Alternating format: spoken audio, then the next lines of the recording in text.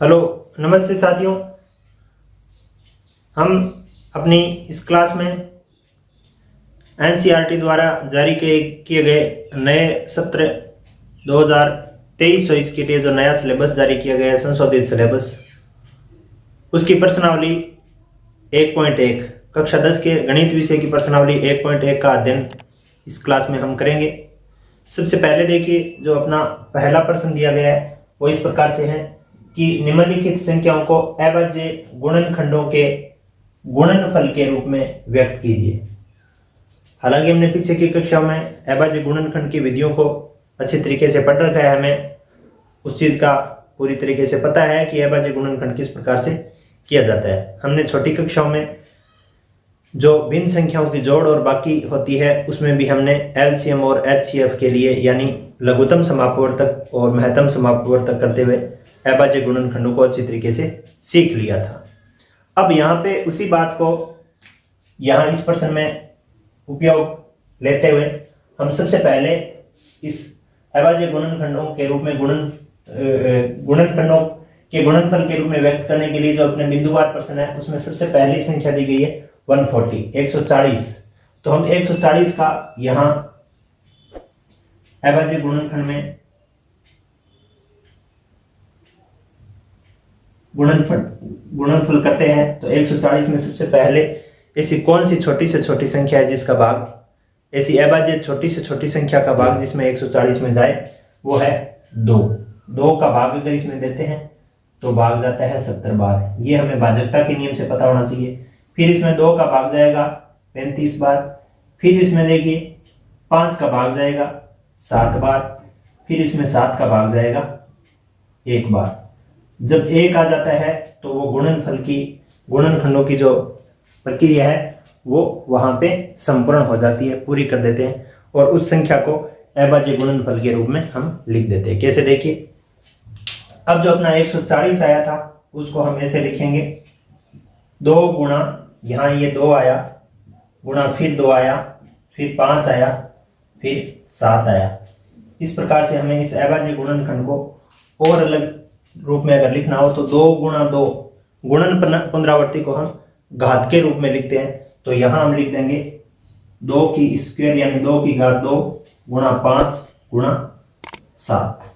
ये अपना पहला बिंदुगत प्रश्न हमने यहां हल किया है। अब देखिए हम बात करते हैं दूसरा बिंदुगत प्रश्न दिया गया 156 का हमें क्या करना है, अभाज्य गुणनखंड करना है। तो 156 का अभाज्य गुणनखंड करने के लिए वही प्रक्रिया है सभी के लिए। सबसे पहले हम अभाज्य गुणनखंड का प्रारूप बना के हम लिखेंगे 156। अब देखिए इसका अभाज्य गुणनखंड किस प्रकार से होगा। सबसे पहले इसमें भाग देंगे हम 2 का भाग जाएगा इसमें 78 बार। फिर इसमें हम 2 का भाग देंगे, भाग जाएगा 39 बार। फिर इसमें हम 3 का भाग देंगे, भाग जाएगा 13 बार। फिर हम इसमें 13 का भाग देंगे, भाग जाएगा 1 बार। यहां तक इस अभाज्य गुणनखंड की प्रक्रिया का काम पूरा हो जाता है। तो पूरा हो जाने के बाद हम जो 156 आया है, 156 जो अपना बिंदुवार प्रश्न था उसको हम लिखेंगे 2 गुणा 2 गुणा 3 गुणा 13।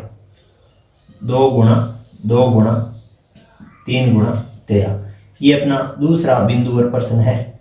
इसी प्रश्न का दूसरा उप प्रश्न है सब्स्टिट्यूशन। इसका मतलब यहाँ पे देखो 2 जो है 2 बार गुणन पुनरावृत्ति में आया है तो 2 की घात 2 आ जाएगी गुणा 3 गुणा 13 आ जाएगा। अब हम बात करेंगे अगले बिंदुवार प्रश्न की। अगला बिंदुवार प्रश्न अपना है 3825 का अभाज्य गुणनखंड हम करते हैं 3825।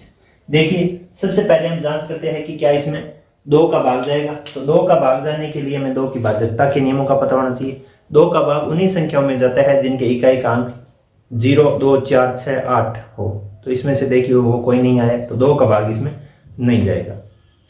3 का भाग चेक करते हैं कि इसके अंकों का योग अगर 3 का पूर्ण गुणज है तो 3 का भाग इसमें जाएगा। देखिए इन सभी को जोड़ो, 3 और 8 13 और 2 15 और 5 20। इसका मतलब इसमें 3 का भाग इसमें देखिए 3 और 8, 11, 11 और 2 13, 13 और 5 18, 18 3 का पूर्ण गुणज है, इसका मतलब इसमें 3 का भाग जाएगा। अब कितनी बार जाएगा वो हम देखिए चेक करते हैं। 3 में 1 बार गया, शेष कुछ नहीं बचा। फिर 8 में 2 बार गया, 6 आया, शेष 2 बचा। 22 बन गया, 7 बार आया जाएगा, फिर 5 बार जाएगा। अब भी इसमें देखते हैं किसका भाग जाता है, किसका भाग नहीं जाता है। दोनों को जोड़ते हैं, दोनों की जोड़ कितनी आ जाएगी, अंकों को जोड़ते सॉरी, 1 और 2 3 और 7 10 और 5 15, तो इसमें 3 का भाग जाता है, क्योंकि 15 जो है वो 3 का पूर्ण गुणज है। कितनी बार जाएगा, 12 में गया 4 बार, फिर पूरा पूरा चला गया, 7 में कितनी बार जाएगा, 2 बार, शेष कितना बचेगा 1, ये जाएगा 5 बार। अब देखिए इनके अंकों का योग 11 आ रहा है, तो इसमें 3 का भाग तो नहीं जाएगा। फिर हम बात करते हैं 3 के बाद 4 का भाग हम देते नहीं है, क्योंकि 4 एक अभाज्य संख्या नहीं है।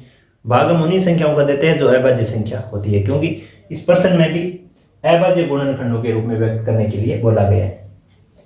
अब हम भाग देंगे इसमें सीधा 5 का, कितनी बार जाएगा देखो, 8 और 5 85 बार इसमें भाग जाएगा। देखिए कैसे, 8 बार भाग जाएगा तो 40 आएगा, 2 शेष बचेगा, 5 उतारेंगे तो 25 में 5 बार जाएगा।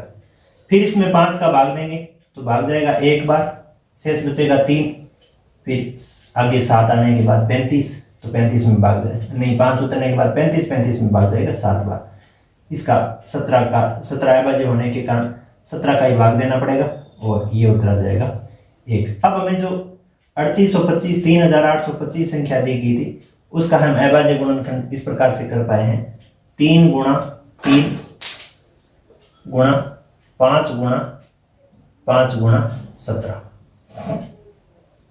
इसको हम थोड़ा सा और अगर परिवर्तित करके लिखें तो हम इसे लिखेंगे, 3 गुणा 3 2 बार आया तो 3 की घात 2 कर देंगे, 5 गुणा 5 भी 2 बार आया तो 5 की घात 2 कर देंगे, 17 एक बार आया तो 17 हम यहाँ सीधा लिख देंगे। ये हमने किया है 3 नंबर जो अपना बिंदुवर प्रश्न है उसका हल। अब हम बात करेंगे 4 नंबर बिंदुवर प्रश्न। 4 नंबर बिंदुवर प्रश्न क्या दिया गया है, देखिए सबसे पहले हमें दिया गया है 5005 5005।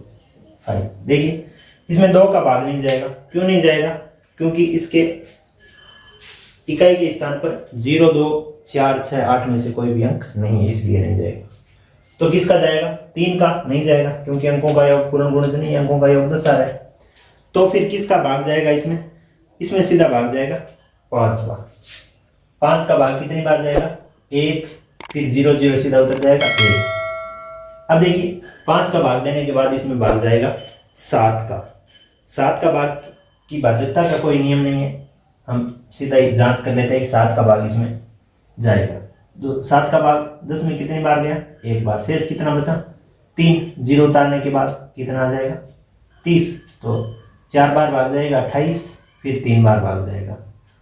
अब देखिए इसमें भाग जाएगा 11 का, कितनी बार जाएगा 1 और 3, 11 11 3 बचा 33 आ गया, 3 उतारने के बाद फिर इसमें भाग जाएगा 13 का, 1 आ गया। यहाँ से नीचे अब हम लिखेंगे 505 को अभाज्य गुणनखंड के 5005 को अभाज्य गुणनखंड के रूप में 5 गुणा 7 गुणा 11 गुणा 13।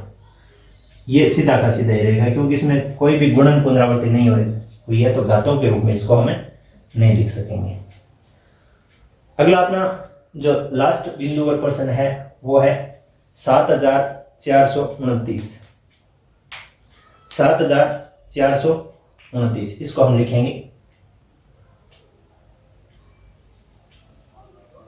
इसका अभाज्य गुणनखंड करेंगे तो इसमें न तो 2 का भाग जाएगा, न 3 का भाग जाएगा, न 4 5, सीधा हमें ये पता होना चाहिए कि इसमें 17 का भाग जाएगा। अलग अलग भाजकता हम जांच करेंगे तो किसी भी भाजकता का इसमें भाग नहीं जाएगा, सीधा अभाज्य संख्या 17 का इसमें भाग जाएगा। 17 का भाग देखो इसमें देते हैं, 17 का पहाड़ा में आना चाहिए। 17 का पहाड़ा कैसे बोलेंगे, 17 एकम 17 17 दूनी 34 17 3 51 17 4 68, 4 बार भाग जाएगा। शेष कितना बचेगा, 6 बचेगा। फिर उसके आगे 2 उतारेंगे तो 62 62 बन जाएगा। अब 17 का पहाड़ा कितनी बार बोलेंगे, 70 3 51, फिर 11 शेष बचेगा, 9 उतारेंगे तो 17 7 119। तो 7 बार इसमें भाग जाएगा। अब अपना 437 है, इसमें भाग जाएगा 19 का, अभाज्य संख्या 19 का भाग जाएगा। कितनी बार जाएगा? देखो, गुनी 2 38, शेष कितना बच गया? 5, 7 उतरने के बाद 57 बन गया, तो कितना आया? गुनी 3 57। फिर देखिए ये 23 खुद अभाज्य संख्या है, तो ये 23 इसमें आ जाएगी। अब इसका जो अभाज्य गुणनखंड का जो रूप बनेगा 7429 का, वो बनेगा 17 गुणा 19 गुणा 23। इस प्रकार से हमने पहले प्रश्न को हल किया। उम्मीद करते हैं कि ये बात आपको जरूर समझ में आई होगी। आप इस बोर्ड के पैनल से इस प्रश्न की सभी जो 500 बातें हैं उसको आप अपनी कॉपी में नोट डाउन कर लीजिए।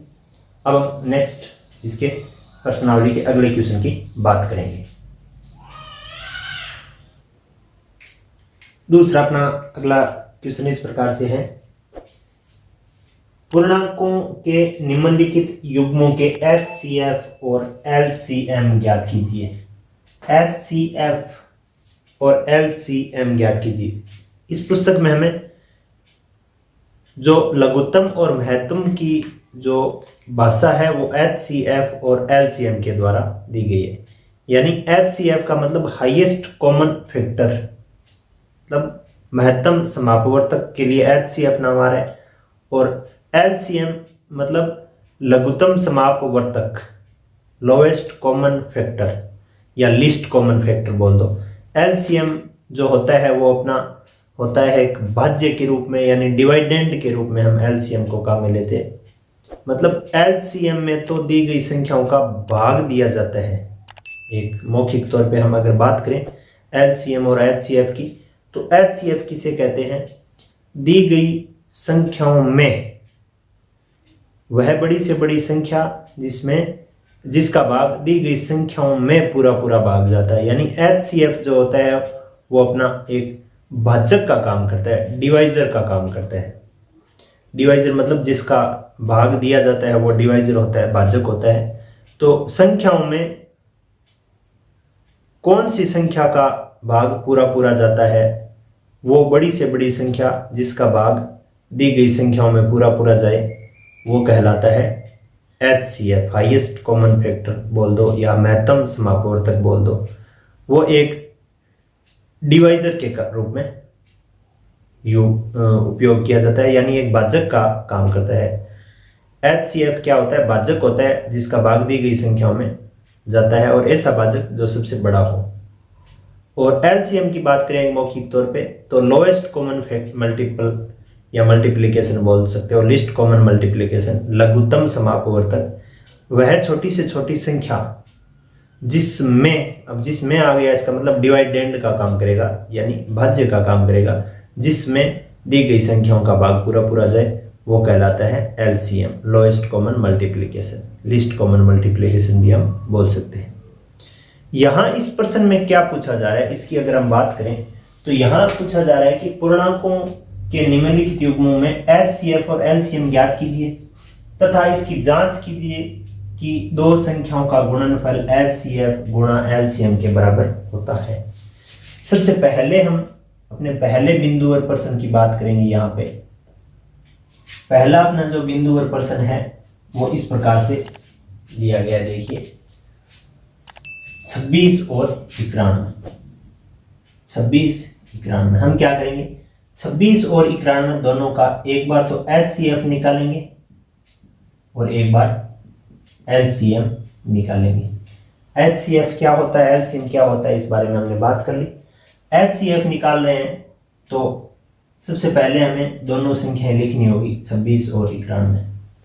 HCF निकालने के लिए दी गई संख्याओं में उन्हीं संख्याओं का भाग देते हैं जिन संख्याओं का भाग दी गई सभी संख्याओं में, जैसे यहाँ पे दोनों संख्याएं दी गई है 26 और 91, तो हम उन संख्याओं का क्रमबद्ध भाग देंगे जो इन दोनों में भाग जाए। जैसे मान लीजिए बात करते हैं 2 का भाग इसमें जाता है लेकिन इसमें नहीं जाता है, 3 का भाग दोनों में नहीं जाता है, 13 का भाग इन दोनों में जाता है। तो हम दोनों संख्याओं में भाग जिसका जा रहा है वो हम यहाँ पे लेंगे।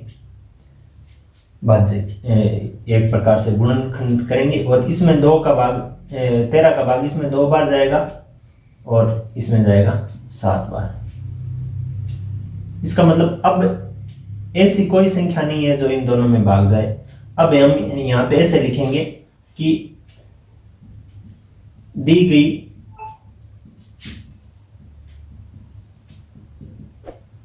संख्याओं में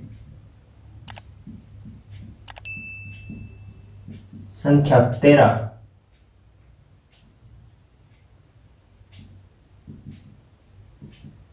का भाग पूरा पूरा जाता है, अतः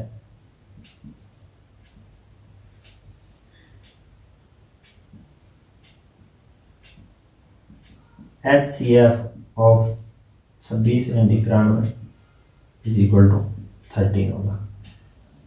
HCF 13 और 91 का कितना हो जाएगा? 26 और 91 का HCF कितना हो जाएगा? 13 हो जाएगा। LCM की बात करते हैं।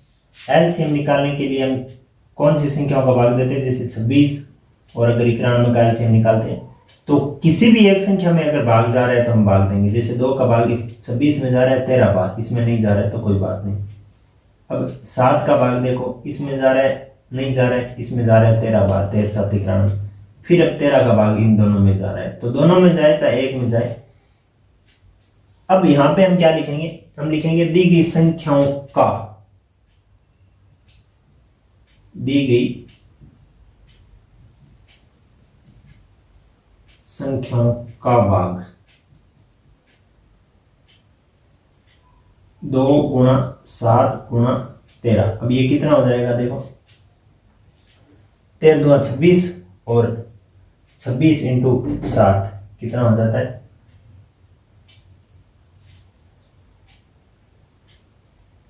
91।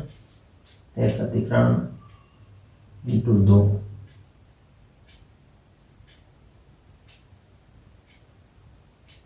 182। ये किसका काम कर रहा है? 182 किसका काम कर रहा है?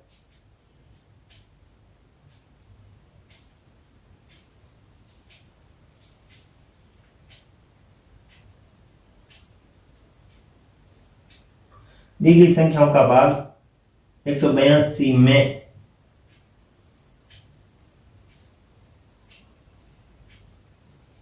पूरा पूरा जाता है, अतः LCM of 26 and 91 is equal to 182, 182। यहाँ देखिए हमने LCM और HCF दोनों संख्याओं का निकाल लिया। अब LCM और HCF निकाल लेने के बाद हमें एक और नई बात पूछी गई है कि आप इस बात की जांच कीजिए कि दोनों संख्याओं का जो गुणनफल है वो गुणनफल उन LCM और HCF के गुणनफल के बराबर आ रहा है। तो यहाँ हम जांच करने की कोशिश करते हैं। यहाँ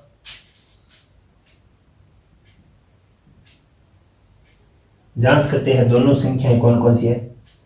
26 इंटू 91 बराबर हम लेंगे 13 इंटू 182। देखो 91 और 26 का जब हम गुणा करते हैं तो कितना आता है? 6 एकम 6, 9 संग 54, 2 एकम 2, 9 2 18, यह जाएगा 6 6 2366। कितना आ जाएगा? 2366। यानी इन दोनों का गुणा कितना आएगा? 2366 बराबर। जब हम 182 को गुणा करते हैं 13 से तो देखो 3 से गुणा करेंगे 6, 8 से गुणा करेंगे 8 3 24, और 3 और 2 हासिल की 6 हो जाएगी, 3 और 2 हासिल की 5 हो जाएगी। फिर यहाँ 2 आ जाएगा, यहाँ 8 आ जाएगा, 1 से गुणा करेंगे तो यहाँ आ जाएगा 1 आ जाएगा। देखो 6 6 3 और 2 यानी 2366। इन दोनों का गुणा कितना आ रहा है? बराबर आ रहा है। इसका मतलब ये जांच सकते हैं। कौन सी जांच सकते हैं? दोनों संख्याओं का गुणनफल जब हमने किया तो वो गुणनफल एलसीएम और एचसीएफ के गुणनफल के बराबर आया। तो जो हमने जांच की है वो जांच क्या आई है, सत्य आई है। इसी प्रकार अब जो अपना बिंदुवर प्रश्न है दूसरे बिंदुवर प्रश्न में संख्याएं कौन कौन सी दी गई है, 510 और 92। सबसे पहले हमें क्या निकालना होता है, HCF अगर निकालना है तो दोनों संख्याओं को एक साथ लिखना है, 510 और 92 92 को। 510 और 92 92 में अगर समान संख्या यानी एक ही संख्या का अगर भाग पूरा पूरा जा रहा है समान संख्या का, तो हम उसमें भाग देंगे। जैसे 2 का भाग इन दोनों संख्याओं में जा रहा है कितनी बार, 255 बार, और इसमें भाग जाएगा 46 बार। अब देखिए ऐसी कोई भी संख्या नहीं है जिसका भाग इन दोनों में जाए, न तो जिस बात करते हैं 3 का भाग इसमें जाता है बट इसमें नहीं जाता है, 4 का भाग दोनों में नहीं जाता है, 5 का इसमें जाता है इसमें नहीं जाता है। तो ऐसी कोई संख्या नहीं है जिससे 23 का भाग इसमें जाता है लेकिन इसमें नहीं जाता है। तो ऐसी कोई संख्या नहीं है जिनका भाग इन दोनों में जाए, तो ये HCF इनका हो गया। हम ऐसे लिखेंगे, दी गई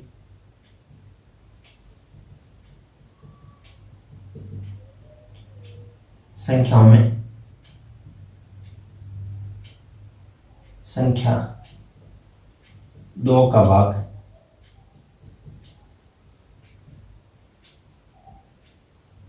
पूरा पूरा जाता है आता है HCF of 510 and 92 is equal to 2। ये हो गया HCF किसका, 510 और 92 का HCF कितना हो गया, 2 आ गया। 510 और 92 का HCF कितना आ गया, 2 आ गया। अब हम क्या करेंगे, LCM निकालेंगे। LCM में क्या करना होता है, दी गई संख्या में से अगर किसी भी एक संख्या में भाग जा रहा है तो हम उसमें भाग देते हैं। कैसे, देखिए यहाँ हम इन दोनों संख्याओं को लिखेंगे, 510 को भी लिखेंगे और 92 को भी लिखेंगे।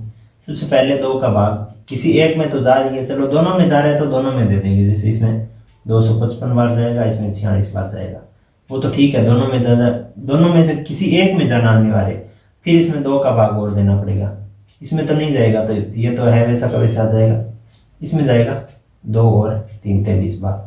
अब देखो इसमें 3 का भाग जाएगा, 3 का भाग इसमें कितनी बार जाएगा, 8 3 24 और 5 3 15 और ये आ जाएगा 23। अब इसमें 3 का भाग तो नहीं जाएगा, 5 का भाग जाएगा, कितनी बार जाएगा, 1 और 7 17 बार और ये जाएगा 23 बार। फिर इन दोनों में से किसी एक में 17 का भाग जाएगा, इसमें नहीं जाएगा, इसमें 23 का भाग जाएगा 1 बार और 1 बार। इस प्रकार से अब हम आगे क्या लिखेंगे, आगे हमें ऐसे लिख के बताना पड़ेगा कि दी गई संख्याओं का भाग, दी गई संख्याओं का भाग, यहाँ अब लिखेंगे कि दी गई संख्याओं का भाग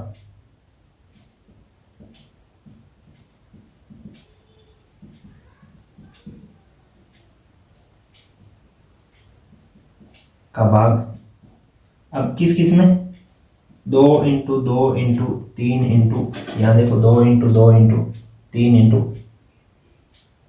5 इंटू 17 इंटू 23 बराबर ये कितना हो जाएगा, देखो 2 गुणा 2 4, 4 3 12, 12 5 60 और 17 को 60 से गुणा करेंगे, 60 गुणा 17 करेंगे तो ये आ जाएगा 0 102। फिर हम इसको 23 से गुणा करेंगे तो ये आ जाएगा 0 46 और 23 मतलब 23,460।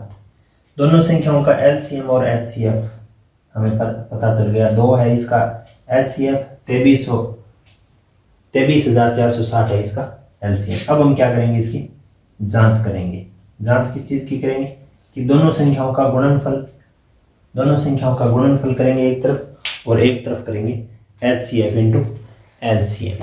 तो HCF इंटू LCM हम अगर करेंगे इसका, तो दोनों संख्याओं का गुणनफल तो लिखना है तो 510 इंटू 92 लिखना पड़ेगा और इसको लिखना पड़ेगा 2 इंटू 23,460। पहले इनका गुणा कर लेते हैं, कितना आता है 0, 2 से गुणा किया 6 2 12, 2 से गुणा किया 8 और 1 9, 2 से गुणा किया 6 और ये हो गया। फिर इन दोनों का गुणा करते हैं, 510 और 92 को जब हम गुणा करते हैं, 510 और 92 का गुणा कितना आता है हम चेक कर लेते हैं। 0 2 10, फिर 0 9 और 45, ये इसे गुणा किया तो ये 0 आ गया, ये 2 आ गया, ये 9 आ गया, ये 6 आ गया, ये 4 आ गया, 46,907। यानी इन दोनों का गुणा भी कितना है, 46,920। इसका तात्पर्य क्या हुआ, इसका अर्थ क्या हुआ, जो हमने जांच की है वो जांच की है दोनों संख्याओं के गुणनफल और एलसीएम और एचसीएफ के गुणनफल के बारे में। दोनों ही संख्याएं क्या आई, दोनों संख्या को गुणनफल एलसीएम और एचसीएफ के गुणा के बराबर आए। इसका तात्पर्य क्या हुआ कि जांच जो हमने की है वो क्या है, सत्य है। जो हमने जांच की है वो क्या आई है, सत्य आई है।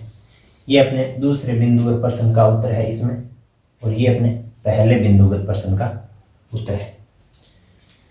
यहाँ तक आप अगर क्लास को देख रहे हैं और समझ में आ रहा है तो क्लास को रोक के इस बोर्ड के पैनल से आप बराबर उतार सकते हैं। अब हम नेक्स्ट जो बात करेंगे वो करेंगे अगले अपने 336 दो संख्याएं जो अपनी है 336 और 54 की। इन दोनों संख्याओं का सबसे पहले हमें क्या निकालना होता है, एचसीएफ निकालते हैं, फिर हम एलसीएम निकालते हैं, लोएस्ट कॉमन मल्टीप्लिकेशन। एचसीएफ के लिए जैसा हमने यहाँ पे किया और यहाँ हम करेंगे, इसी संख्या का हम भाग देते हैं, जो संख्या जिसका भाग दोनों ही या तीनों ही जितने दी गई संख्या उन सभी में अगर भाग जाता हो, जैसे 336 और 54 में अगर हम बात करें तो दोनों में 2 का भाग जा रहा है। 2 का भाग इसमें कितनी बार जा रहा है, 168 बार। इसमें कितनी बार जा रहा है, 27 बार। अब इसमें देखो इसका भी अंकों का योग कितना आ रहा है, 15, इसका 9 आ रहा है, मतलब 3 का भाग इन दोनों में जाएगा। 3 का भाग इसमें भी जाएगा, इसमें भी जाएगा। इसमें कितनी बार जाएगा, 56 बार। 56 बार, 5 दिए 15, से 1 बच गया, 18 बना, 6 दिया 18। फिर इसमें कितनी बार जाएगा, 3 का भाग। 3 का भाग इसमें चला जाएगा 9 बार। अब देखिए, नहीं तो इसमें 3 का जाता है, इसमें 2 का जाता है, इसमें नहीं जाता है, 3 का इसमें जाता है, इसमें नहीं जाता है। तो यहां हम वापस वही बात लिखेंगे कि दी गई संख्याओं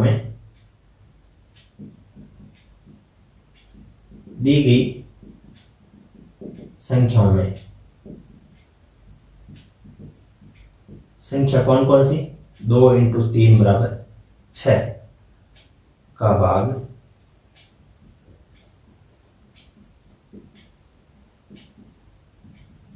पूरा जाता है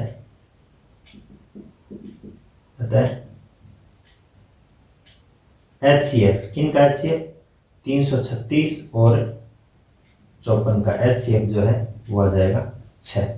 एचसीएफ कितना आ जाएगा, 6। इसी प्रकार हम आगे क्या निकालेंगे, इन दोनों का एलसीएम निकालेंगे।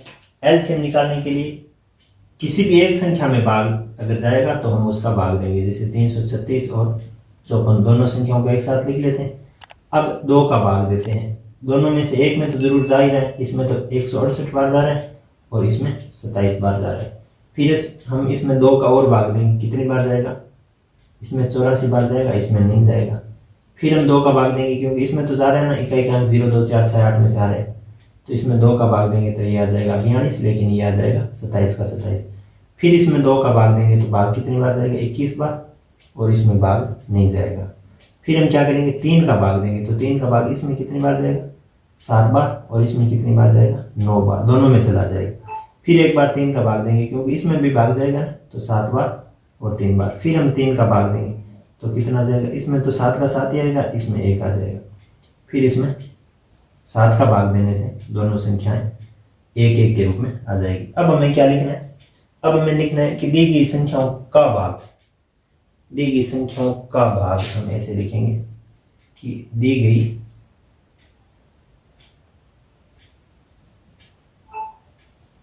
संख्याओं का भाग किसमें, 2 × 2 × 2 × 2 यहाँ 2 into 2 into 2 into 2 into 3 into 3 into 3 into 3 into 3 into 7। अब इन सबको गुणा करेंगे तो कितना आ जाएगा, 2 2 4, 4 2 8, 8 2 16, 16 को फिर 3 से गुणा करेंगे तो 16 3 48, 48 को फिर 3 से गुणा करेंगे, फिर उसको 3 से गुणा करेंगे, फिर उसको 7 से गुणा करेंगे।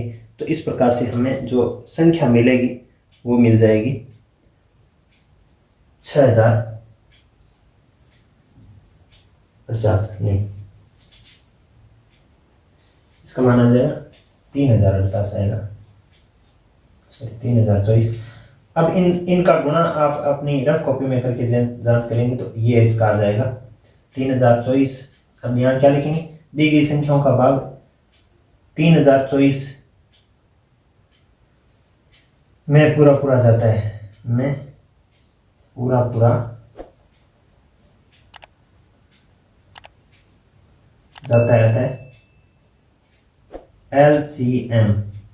एलसीएम ऑफ हम लिखेंगे 336 एंड 54 बराबर 3024। अब हमें क्या करना है, अब हम अपने बोर्ड पे थोड़ा स्पेस यहाँ ले लेते हैं, यहाँ जांच कर लेते हैं, या फिर यहीं पे भी अगर जांच कर लेते हैं, इसके नीचे हम क्या लिखेंगे, जांच लिखेंगे। जांच में क्या लिखेंगे, जांच में दोनों संख्याओं का गुणनफल क्या क्या, दो संख्याएं 336 इंटू 54, और यहाँ हम लिखेंगे एलसीएम इंटू एचसीएफ। एलसीएम अपना एचसीएफ 6 है इंटू एलसीएम अपना 3024 है। जब हम इन दोनों को गुणा करेंगे, दोनों संख्याओं को गुणा करेंगे अपनी रफ कॉपी में, तो हमें जो इसका उत्तर प्राप्त होने वाला है वो प्राप्त होना है 18,144 इसका प्राप्त होगा, और 18,144 इसका प्राप्त होगा। इसका मतलब हम क्या लिख देंगे, जांच जो है वो सत्य है। इस प्रकार से हमने यहाँ जो अपना दूसरा प्रश्न दिया गया था, उस दूसरे प्रश्न के तीनों बिंदुवर प्रश्नों को इस प्रकार से हल किया। पहला जो प्रश्न है वो यहाँ हल है, एचसीएफ निकाला गया है, एलसीएम निकाला गया है, एचसीएफ और एलसीएम, एचसीएफ 13, एलसीएम 182, दोनों का गुणनफल संख्याओं के गुणनफल के बराबर है। यहाँ दूसरे बिंदुवत प्रश्न का है, और यहाँ बिंदुवत प्रश्न 3 नंबर का उत्तर हमने किया है।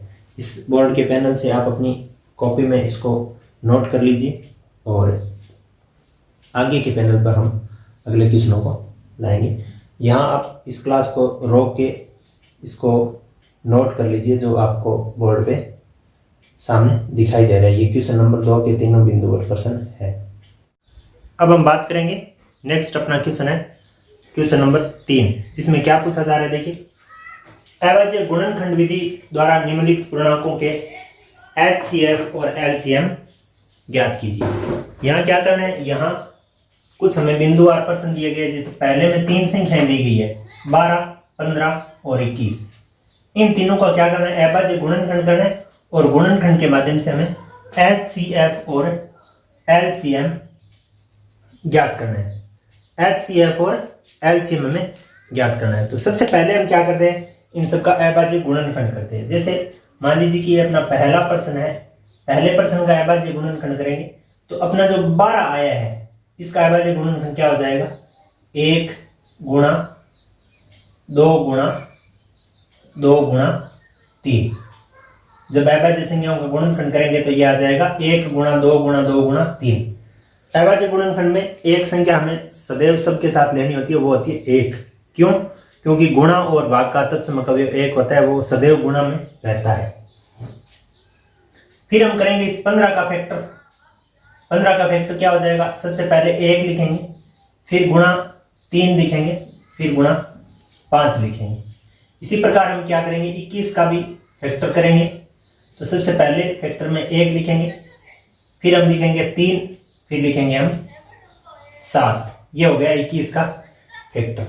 अब देखिए फैक्टर जो होता है, जो एलसीएम होता है, एलसीएम, एलसीएम कौन सा होता है, जिसको हम लघुत्तम समापवर्तक भी बोलते हैं, LSF है। लघुत्तम समापवर्तक क्या होता है, तीनों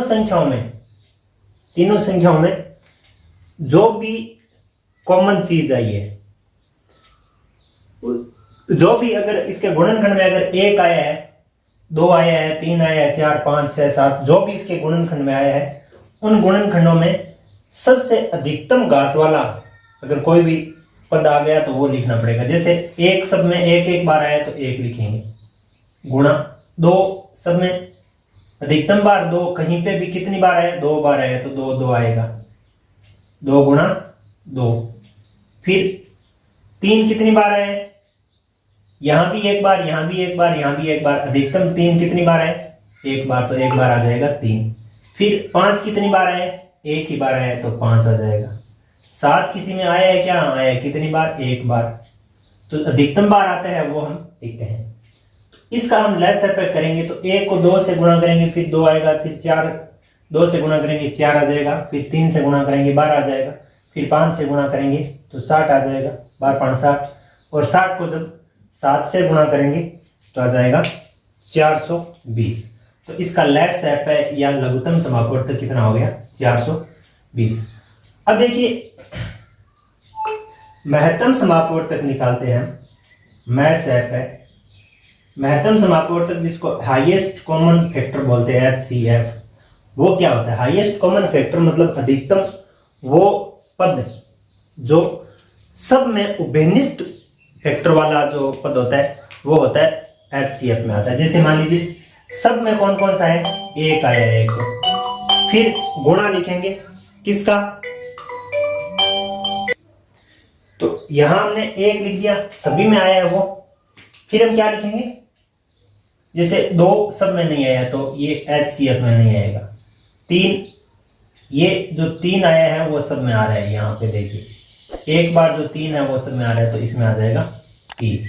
तो इसका जो HCF है वो कितना हो जाएगा, 1 × 3 बराबर 3 हो जाएगा। इसका मतलब इन दोनों का हमने HCF और LCM निकाल लिया। अब हम देखते हैं कि HCF और LCM की क्या परिभाषा होती है। LCM लीस्ट कॉमन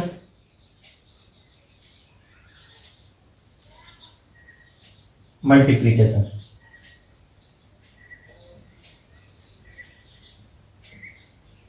और HCF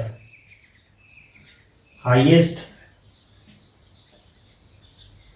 कॉमन फैक्टर।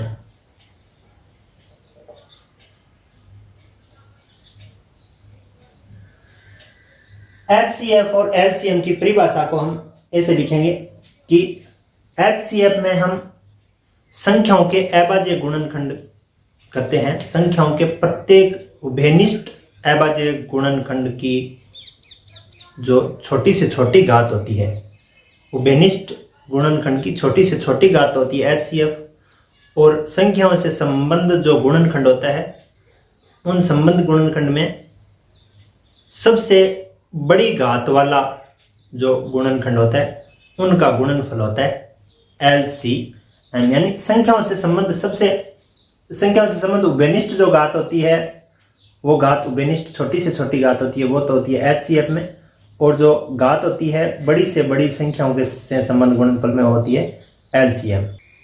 तो इस प्रकार से हमने HCF और LCM की परिभाषा को समझते हुए यहाँ पे HCF और LCM दोनों इन तीनों दी गई संख्याओं का हमने इस प्रकार से निकाला। अब हम आगे की जो प्रश्न की संख्याएं हैं उनका हम HCF और LCM निकालते हैं।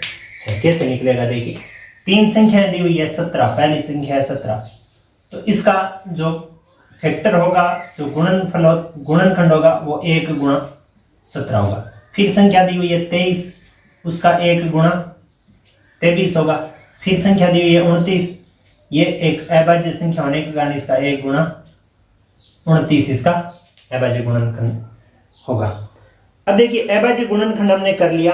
अभाज्य गुणनखंड करने के बाद हमें क्या करना है, सबसे पहले हम लेस एफ है यानी LCM निकाल देते हैं। LCM मतलब लोएस्ट कॉमन मल्टीप्लिकेशन, मतलब संख्याओं से संबंध प्रत्येक अभाज्य गुणनखंड की सबसे छोटी घात का गुणनफल। जैसे यहां पे प्रत्येक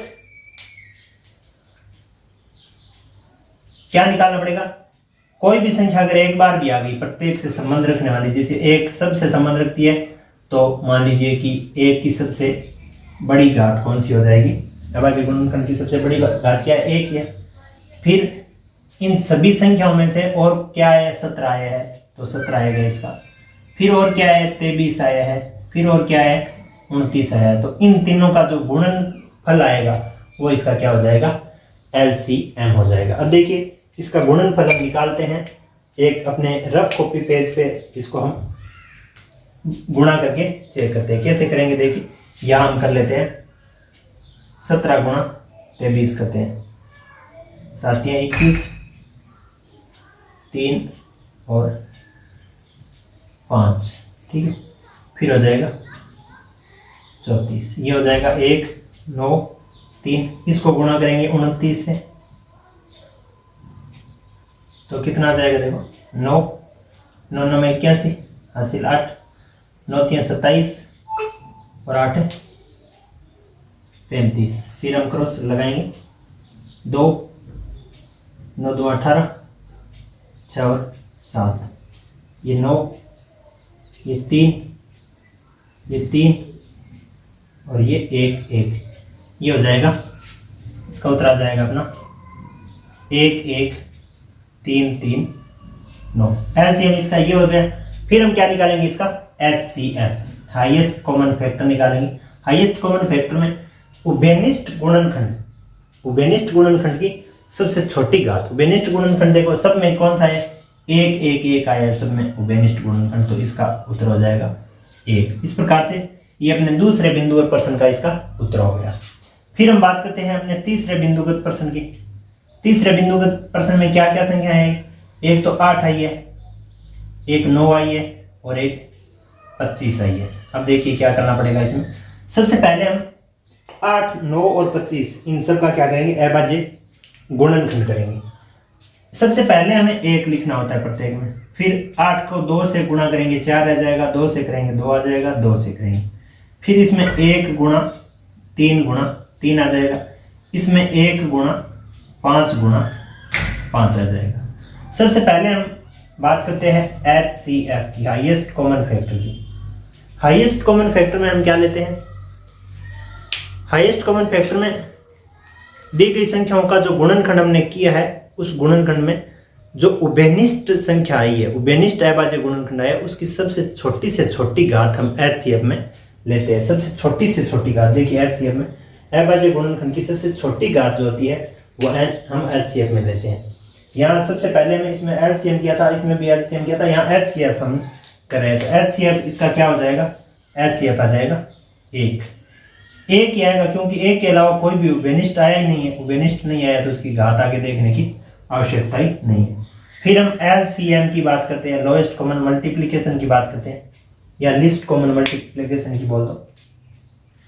तो यहाँ पे इसमें क्या हो जाएगा? देखो LCM निकालेंगे तो जो भी अपने संख्याओं के गुणनखंड में संख्याएं आई है, उन संख्याओं की सबसे बड़ी से बड़ी घात, चाहे किसी एक में भी आ गई है, चाहे 2 में आ गई है, चाहे 3 में। जैसे मान लीजिए 1 सब में आई है तो 1 की सबसे बड़ी घात 1 ही है। गुणा 2 आया है क्या? कहीं आया है? कितनी बार आया? अधिकतम 3 बार, तो आ जाएगा 2 गुणा 2। फिर 3 कितनी बार आया? 2 बार, तो 3 गुणा 3। 5 कितनी बार आया? 2 बार, तो 5 गुणा 5। अब हम सब इन सब का क्या करेंगे? गुणा करेंगे। ये कितना हो जाएगा? देखो 2 को 2 से करेंगे 4, 4 को 2 से करेंगे 8। फिर हम इन दोनों का गुणा करते हैं तो 25 आता है। इन दोनों का गुणा कितना आता है? 8। 8 और 25 को गुणा करेंगे तो कितना आ जाएगा? 200। 200 को हम किससे कर देंगे? 9 से, तो कितना आ जाएगा इसका उत्तर? 9 2 1800। ये इसका हो गया LCM। इस प्रकार से हमने जो तीनों बिंदुगत प्रश्न थे, पहला, दूसरा और तीसरा, इन तीनों को हमने हल किया। तीनों को हल करने के साथ साथ हमने LCM और HCF की परिभाषा समझी। LCM क्या होता है? सबसे कोई भी अगर गुणनखंड में कोई भी संख्या आई है तो उस संख्या की अधिकतम घात हम LCM में लेते हैं और उन सब का गुणनफल करते हैं तो हमें LCM प्राप्त होता है। बात करते हैं HCF की, तो उभयनिष्ठ गुणनखंड की जो छोटी से छोटी घात होती है वो हम HCF में लेते हैं, फिर उसका गुणनफल करते हैं तो हमें HCF प्राप्त होता है। बोर्ड पे आपको जो चीज दिख रही है उसको आप अपनी कॉपी में नोट कीजिए तथा अगले क्वेश्चन के लिए हम पैनल पे अगला क्वेश्चन लेके आएंगे। यहाँ आप क्लास को रोक के क्वेश्चन नंबर 3 के सॉल्यूशन को आप अपनी कॉपी में नोट कर लीजिए। अगले अपने क्वेश्चन नंबर 4 में दिया गया है कि HCF यानी दो संख्याएं HCF किनका 306 और 657 का है नो।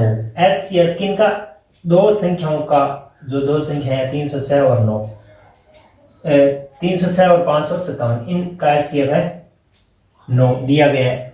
अब LCM ज्ञात कीजिए किनका, इन्हीं दो संख्याओं का। तो हमने एक अपनी इंट्रोडक्शन की क्लास में भी पढ़ा था और इस प्रश्नावली के शुरू में भी हमने जो जिक्र किया था कि किन्हीं भी दो संख्याओं का गुणनफल, दो संख्याओं का अगर गुणनफल हम निकालते हैं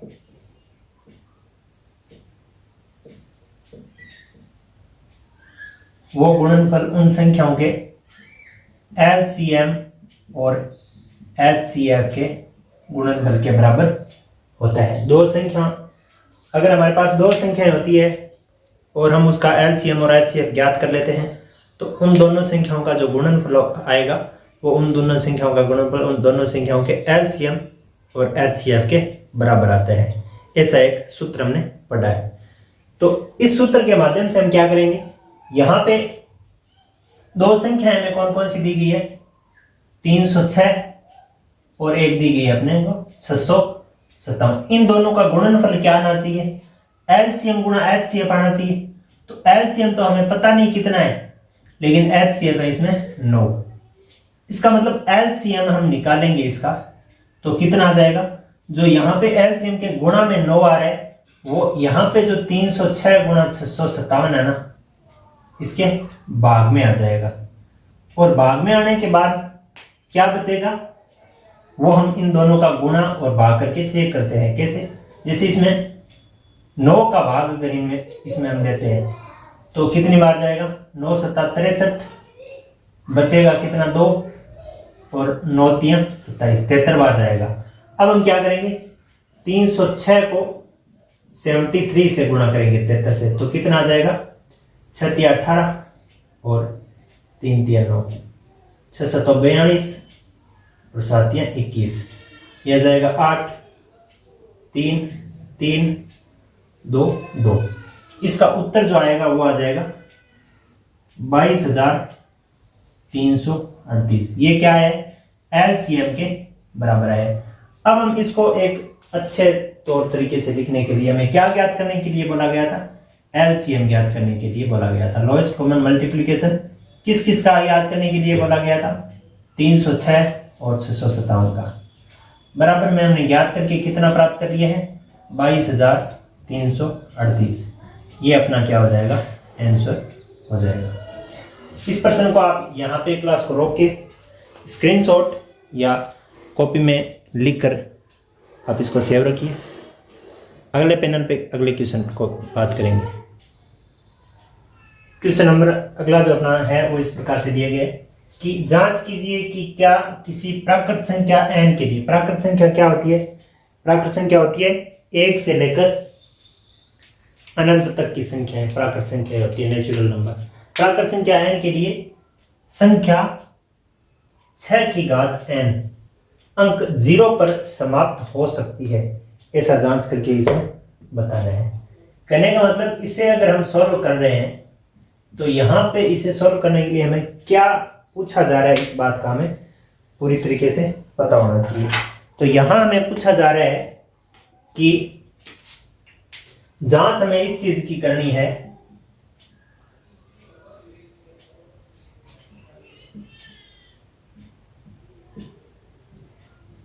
कि 6 की पावर n है, उसको हम देखिए घातांकीय नियम से क्या लिख सकते हैं, 2 की पावर n गुणा 3 की पावर n लिख सकते हैं।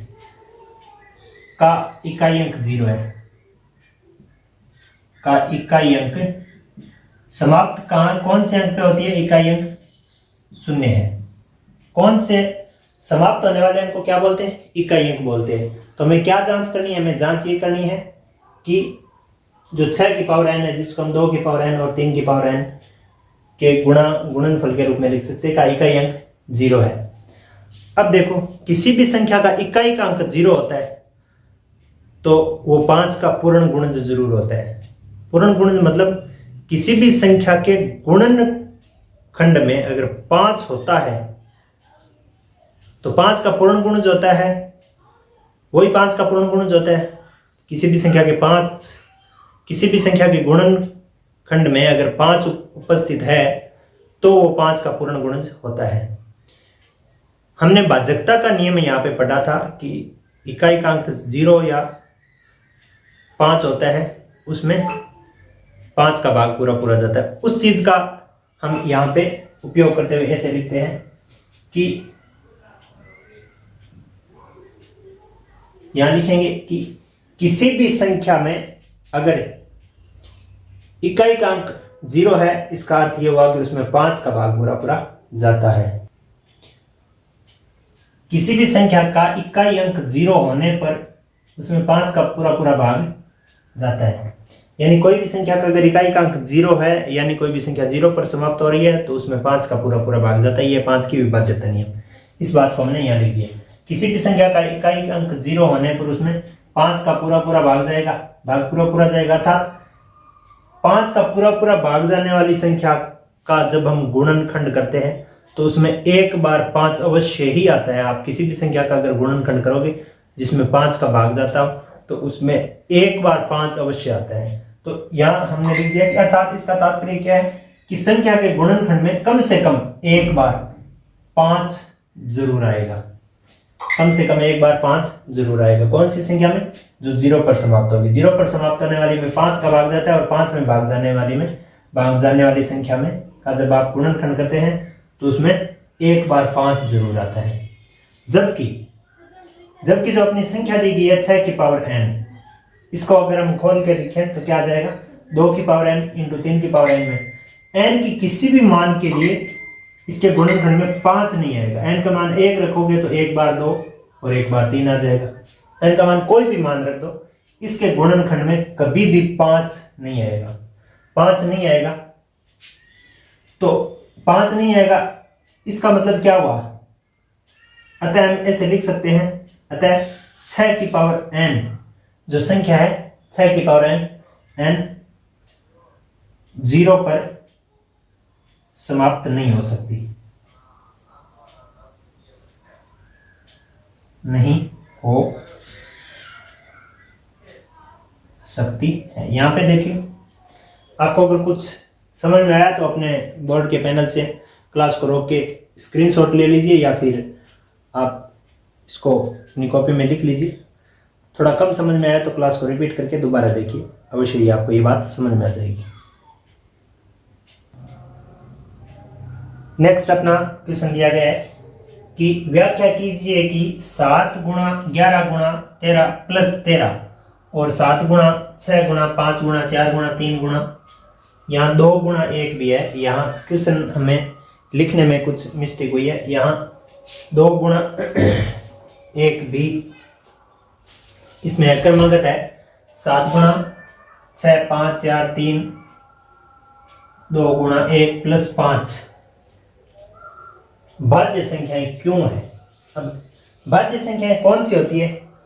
ऐसी संख्याएं जिनमें एक के अतिरिक्त, एक तथा स्वयं के अतिरिक्त किसी अन्य संख्या का भाग जाए वो भाज्य संख्याएं होती है। अब अगर हम इसमें ऐसा सिद्ध कर देंगे कि दी गई संख्याओं में एक तथा स्वयं के अलावा भी किसी भी संख्या का पूरा पूरा भाग जा रहा है, या एक तथा स्वयं के अलावा कोई अन्य संख्या उसके गुणनखंड में आ रही है, तो उसमें उस संख्या का गुणनखंड में जो संख्याएं आती है उनमें उसका भाग जाता है। तो अब देखिए हम यहाँ पे क्या करते हैं, पहले क्वेश्चन को हल करते हैं। तो पहले क्वेश्चन में पहली जो संख्या दी गई है वो है 7 गुणा 11 गुणा 13 प्लस 13। एक पद तो ये हो गया, एक पद ये हो गया। इन दोनों पदों में देखिए 13 अगर हम कॉमन ले लेते हैं तो क्या बचता है? 7 गुणा 11 प्लस 1 बचता है। ये 13 कॉमन आ जाने पर यहाँ 13 ये कितना हो जाएगा 77 प्लस 1, ये हो गया 13, तो बाहर आई, गुणा में कितना आ जाएगा 78। इन दोनों को जब हम गुणा करते हैं तो अगर गुणा करने से अगर कुछ भी हमें प्राप्त होगा, जैसे मान लीजिए कोई भी संख्या अगर हमें प्राप्त होगी तो क्या प्राप्त होने वाली है, 13 को 8 से गुणा करेंगे, 78 को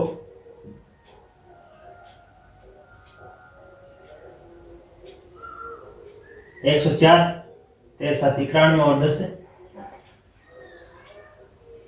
111। तो ये संख्या 1114 में स्वयं तथा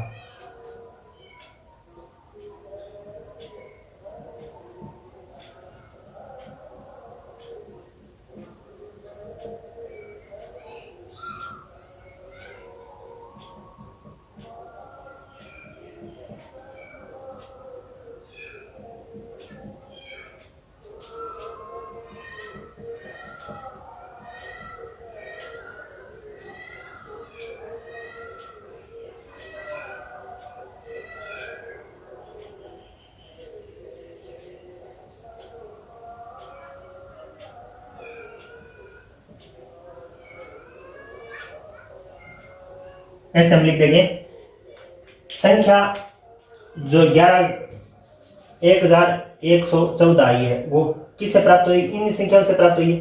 संख्या 1114 में स्वयं तथा एक के अलावा अन्य संख्या का भी भाग जाता है, और अन्य संख्या का जो भाग किसी भी संख्या में जाता है वो संख्या क्या होती है, भाज्य संख्या होती है। वो संख्या क्या होती है, भाज्य संख्या। अब हमने दूसरा जो क्वेश्चन हल करना है वो इस प्रकार से है।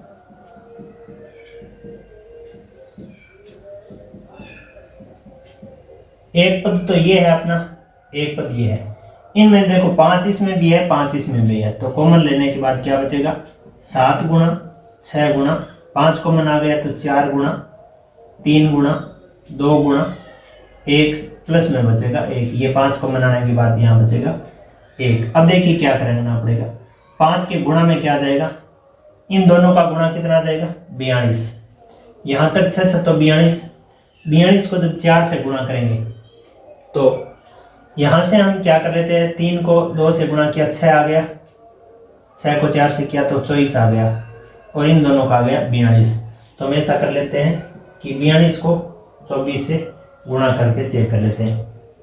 4 2 8, ये 16, 2 2 4 और 8, यह आ जाएगा 8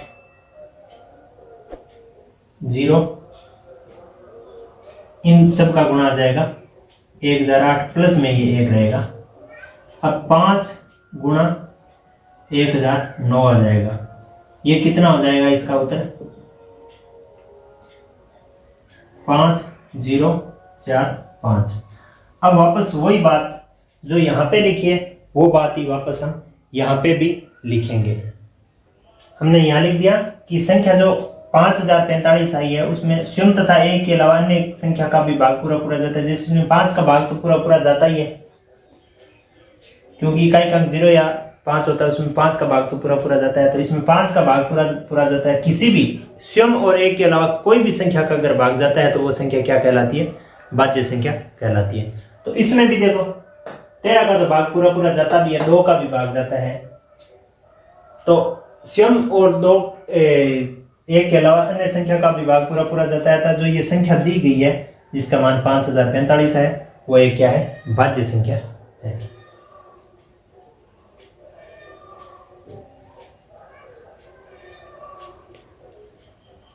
बोर्ड पे लिखी हुई जो इसके सॉल्व की सामग्री है, इसकी जो हल है वो आप अपनी कॉपी में लिख लीजिए। अगर आप बाद में लिखना चाहते हैं तो आप इसका स्क्रीनशॉट लेकर आप इसको सेव कर लीजिए। अगला अपना 7 नंबर क्वेश्चन जो है वो इस प्रकार से है कि किसी खेल के मैदान के चारों ओर एक वृत्ताकार पथ है। इस मैदान का एक चक्कर लगाने में सोनिया को 18 मिनट लगते हैं जबकि इसी मैदान का एक चक्कर लगाने में रवि को 12 मिनट लगते हैं। मान लीजिए कि वे दोनों एक ही स्थान और एक ही समय पर चलना प्रारंभ करके एक ही दिशा में चलते हैं, कितने समय बाद वे पुनः प्रारंभिक स्थान पर मिलेंगे। क्वेश्चन किस प्रकार से दिया गया है? क्वेश्चन यह दिया गया है कि कोई खेल का मैदान है, उस खेल के मैदान के चारों ओर वर्ताकार पथ बना हुआ है। ऐसे इस पथ पर एक तो सोनिया नाम की लड़की दौड़ रही है, जो कि एक चक्कर पूरा करने में कितना समय लेती है? 18 मिनट का समय लेती है। इसका मतलब वो 2 चक्कर कितने मिनट में पूरा करेगी? 36 में। तीसरा चक्कर 54 मिनट में, चौथा चक्कर 72 मिनट में। जबकि एक जो रवि नाम का लड़का है वो क्या करता है? एक चक्कर 12 मिनट में पूरा करता है। इसका मतलब वो दूसरा चक्कर 24 मिनट में, तीसरा चक्कर 36 मिनट में, चौथा चक्कर 48 मिनट में पूरा कर लेगा। इतनी बात को हमने इस प्रश्न के माध्यम से प्रारंभिक रूप से देख लिया कि सोनिया 18 मिनट में एक चक्कर पूरा करती है, जबकि रवि 12 मिनट में एक चक्कर पूरा करता है। इसका मतलब जो चक्रों की संख्या है, पहला चक्कर पूरा करने, दूसरा चक्कर पूरा करने, तीसरा चक्कर पूरा करने और चौथा, इस प्रकार से हम बता सकते हैं कि सोनिया को 18, दूसरे चक्र के लिए 36, तीसरे चक्र के लिए 54 और चौथे चक्र के लिए 72 मिनट का समय लगेगा। 4-5 से भी आगे हम कर सकते हैं। और रवि को 12 मिनट, दूसरे चक्र के लिए 24, तीसरे चक्र के लिए 36 और चौथे चक्र के लिए 50। अब यहाँ पूछा गया है कि दोनों समान कब मिलेंगे। तो देखिए 36 मिनट बाद ये सोनिया तो 2 चक्कर पूरा कर लेगी और ये रवि 3 चक्कर पूरा कर लेगी, यानी उत्तर तो इसका 36 आएगा। रवि का तो 2 चक्कर, सोनिया का 2 चक्कर पूरा होगा और रवि का 3 चक्कर पूरा हो जाएगा 36 मिनट बाद। लेकिन हमें निकालना क्या है? इस प्रश्न को हल करने के लिए जो संख्या अपने को दी गई है 18 और 12 का एलसीएम निकालना है। संख्या 18 और 12 का एलसीएम, यानी एलसीएम मतलब लीस्ट कॉमन मल्टीप्लिकेशन, छोटे से छोटा एक गुणनखंड निकालना है, छोटे से छोटा। तो 18 का जब अभाज्य गुणनखंड करते हैं तो इसका जाता है 1 गुणा 2 गुणा 3 गुणा 3, और 12 का अभाज्य गुणनखंड आ जाता है 1 गुणा 2 गुणा 2 गुणा 3। एलसीएम क्या होता है? संख्याओं से संबंध गुणनखंडों का, संख्याओं से संबंध प्रत्येक गुणनखंड की सबसे बड़ी से बड़ी घात का गुणनफल क्या कहलाता है? एलसीएम कहलाता है। ऐसा हमने एलसीएम की परिभाषा में पढ़ा था कि अगर संख्याओं का हम अभाज्य गुणनखंड करते हैं और उनमें कोई भी अगर संख्या आ जाती है,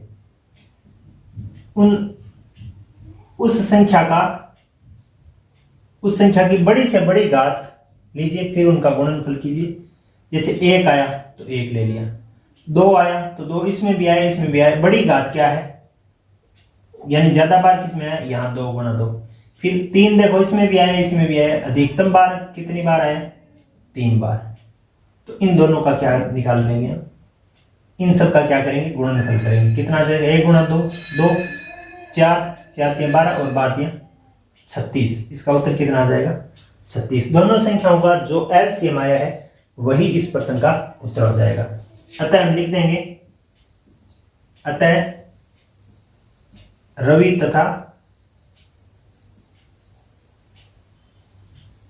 रवि और सोनिया